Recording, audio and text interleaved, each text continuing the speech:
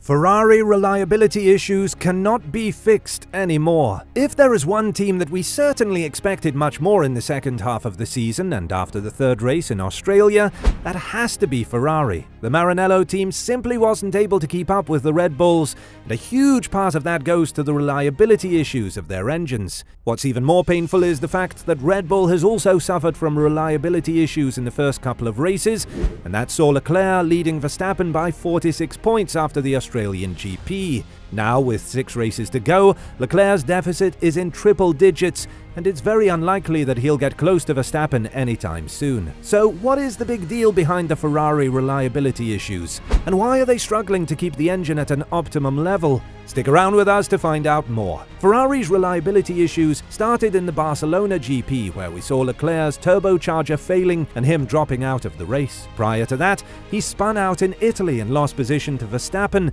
and after the Barcelona GP, the tactics went wrong for them in Monaco, and Leclerc lost additional 3 points to Verstappen in the championship fight. However, at this time, the deficit was still small, and it was all to play for. The true disaster started in Baku, where both Ferrari drivers retired because of problems with the car. In Sainz's case, the issue was with the hydraulics of the car, not the engine, while Leclerc's white smoke coming out of the exhaust has pointed us to believe that it was yet another turbocharger failure. This forced the Monegasque to take a new power unit at round 9 in Canada, which was much earlier than originally anticipated. On top of that, Sainz's engine wasn't very well performing either, as he struggled a lot in the Austrian GP when he was so close to completing the 1-2 finish of Ferrari, but his engine just caught up a fire and he had to retire with a couple of laps remaining. What's even more painful is the fact that Ferrari had a perfect strategy here, and the tyre degradation was favoring them heavily, and they still managed to mess up the race thanks to the reliability of its engines. There is one media writer that bashed the possibility of Ferrari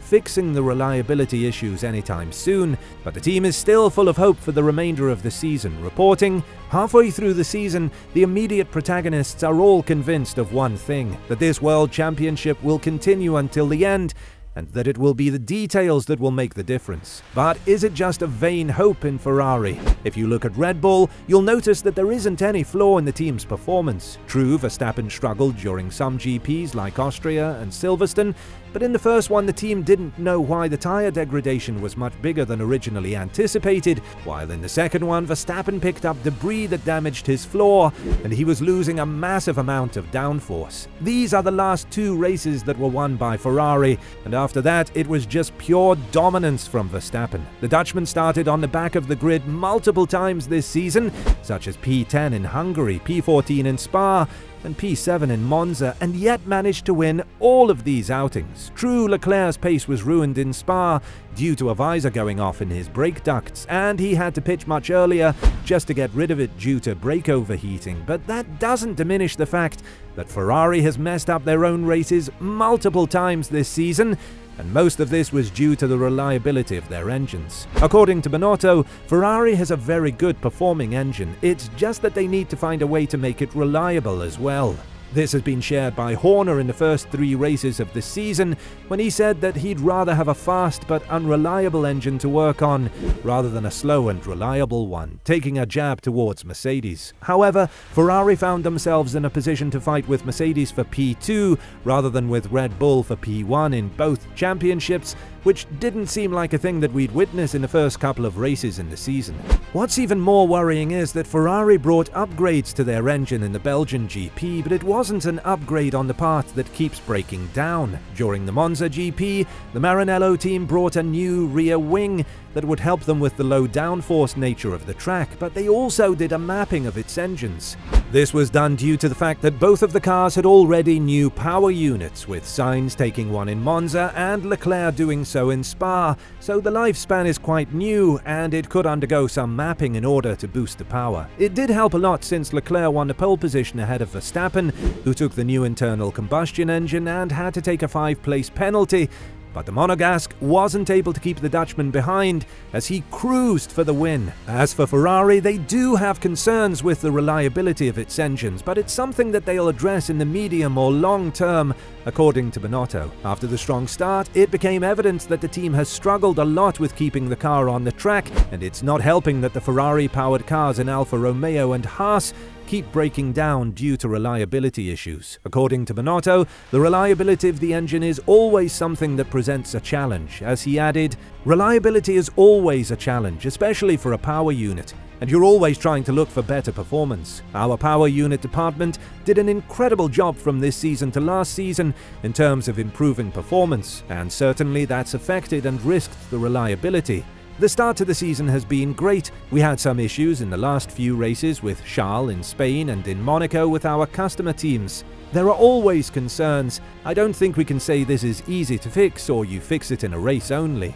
There are concerns, but I know our team is pretty strong in trying to ensure the reliability for the next few races. Cope with it, try to make sure at least in terms of usage we are protected, and for the medium-long term, try to address it, finished Binotto, who said this prior to Ferrari trailing Red Bull with a triple-digit number of points. It's more than clear that Ferrari has already lost the championship fight with Red Bull, but is there something they can do to boost their chances of a proper fight with Mercedes in the Constructors' Championship? Indeed, they can. At the end of the day, we all know that Mercedes' engine is much slower than Ferrari's, and it's usually the tactics and the bad luck of the cars ahead that is helping the Brackley-based team to score points and podiums. Although this has changed in the last few races, and we've seen Hamilton overtaking Sainz after cutting down 10 seconds of the Spaniard's lead in Hungary, the issues that Ferrari had there were more track-specific ones. Nevertheless, it doesn't help that there is an engine freeze until 2026,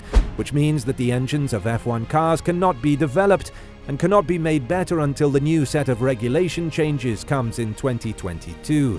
Until then, the only thing that Ferrari needs to work on is the reliability of its engine, something that has bothered them multiple times, and something that is keeping them off the championship fight, and has cost Leclerc a fair shot at his maiden championship title. With all of this being said, Leclerc's hopes are focused on 2023, and the reliability of Ferrari's engines is nowhere to be fixed in the remainder of the 2022 season. Therefore, we're eager to see another proper battle in 2023, and this time we hope that it will be a six-man fight at the top, with Mercedes joining the pack and Ferrari fixing the reliability of its engines. What do you think is next for Ferrari in the upcoming period? Let us know in the comments below.